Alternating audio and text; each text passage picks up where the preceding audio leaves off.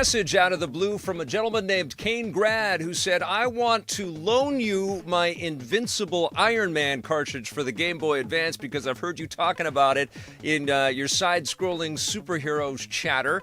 And I said, yes, please. I've been wanting to play this game for a long time. It's incredibly expensive. I'm going to tell you that right off the top.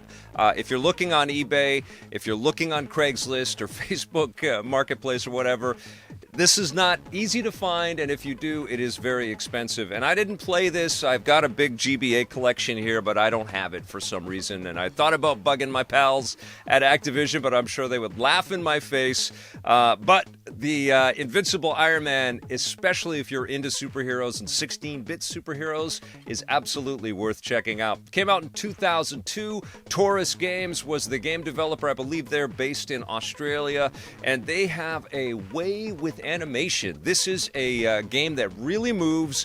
Even just the sort of idle animations of Iron Man. Everybody's funky in this game. The music is funky, and all the robots that Iron Man has to destroy, everybody's just grooving all the way along. It's like everybody's just doing this hustle type thing, and there's lots of power blasts, and it's really fun. The gameplay is very fun, and the animations are very fun, and the music is super cool and quite catchy. But it's repetitious, and it's also not a very long game. It is challenging, though, and that's kind of the cheapness factor creeping in here. It's not a super, lengthy experience, and so what they've done is they've artificially lengthened the playtime in this game by making you replay levels over and over and over again, because sometimes it just gets crowded and super cheap. Iron Man has had his, Tony Stark has had his technology reverse engineered, so he's fighting A.I.M bots and then more powerful enemies that have started to use the weaponry and the combat munitions that Iron Man employs against him. And so you'll see bad guys in armored suits and robots and stuff that get, tougher and tougher. You start off kind of on the docks, like lots of 16-bit superhero games. You're always fighting on the docks in these games, which is great. And there's lots of cranes and things that you can hop on. You pick up these little energy orbs to give yourself health, but also power so that you can, shoot your repulsor blasts. And then you also get that single super massive energy burst out of your chest as well from your arc reactor, which is really cool. But you use that up, and then you got to find the orb again to be able to use it again. You can double up on that tech, and then you get this sort of EMP blast that just destroys everybody right around you. You'll eventually fight the blizzard in a snowy kind of area, which is slick looking. Some really cool icicle effects and stuff. He throws snowballs at you, which is a little too literal, I think, for the blizzard. And he has this icy force field around him that you have to zip into. You have this kind of blitz move where you can move quickly across the playing field and you can destroy that icy force field that he has, but there's also,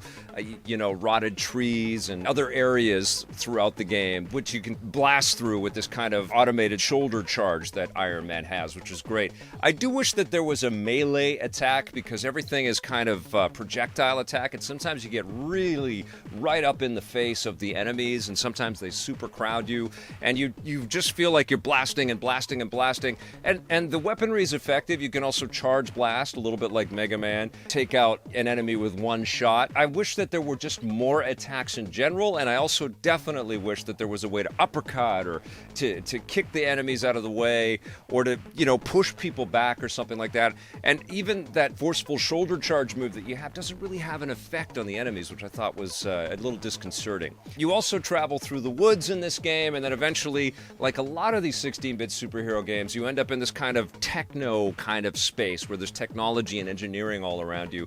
And eventually you combat the Crimson Dynamo, which is an incredibly tough boss. There's a gallery to unlock in this thing, and there's great little comic book flavored cut sequences. There is a true effort here to make a very slick comic book video game. The people at Taurus did not squander this opportunity. It was the only Iron Man game I found out that Activision ever published, and it's just too bad that it didn't, explore more of the capabilities and more of the powers that Iron Man had. I wish it was a little bit longer. I wish we got a sequel. I just came off of playing Metroid Zero Mission, and Samus Aran has so many cool capabilities in that game. It's a little unfortunate that that was the last GBA experience that I just played, because Iron Man feels a little underpowered. You know, he's powerful, and you feel like a badass superhero when you're playing as Iron Man here, and I think they did that, but I just wish he could do more. I wish he could blast little mini rockets and punch the enemies and grab them and fly up into the air, and you can't really do that. It feels a little bit like, a thin variation on a Mega Man type of run-and-gun platform game, which sounded amazing to me before I played it. It still does sound amazing to me. I think it's a great kind of direction for an Iron Man 16-bit superhero experience. I absolutely would like to see this kind of game again with Iron Man. I would say even, work with the Taurus people or the original developers on this and let them have another kick at it. That would be incredible. But as it stands, I do think that you should chase this one down and give it a shot. It's not my favorite of the 16-bit superhero games that I've played, but I really dug it. I'm going to give it an 8 out of 10.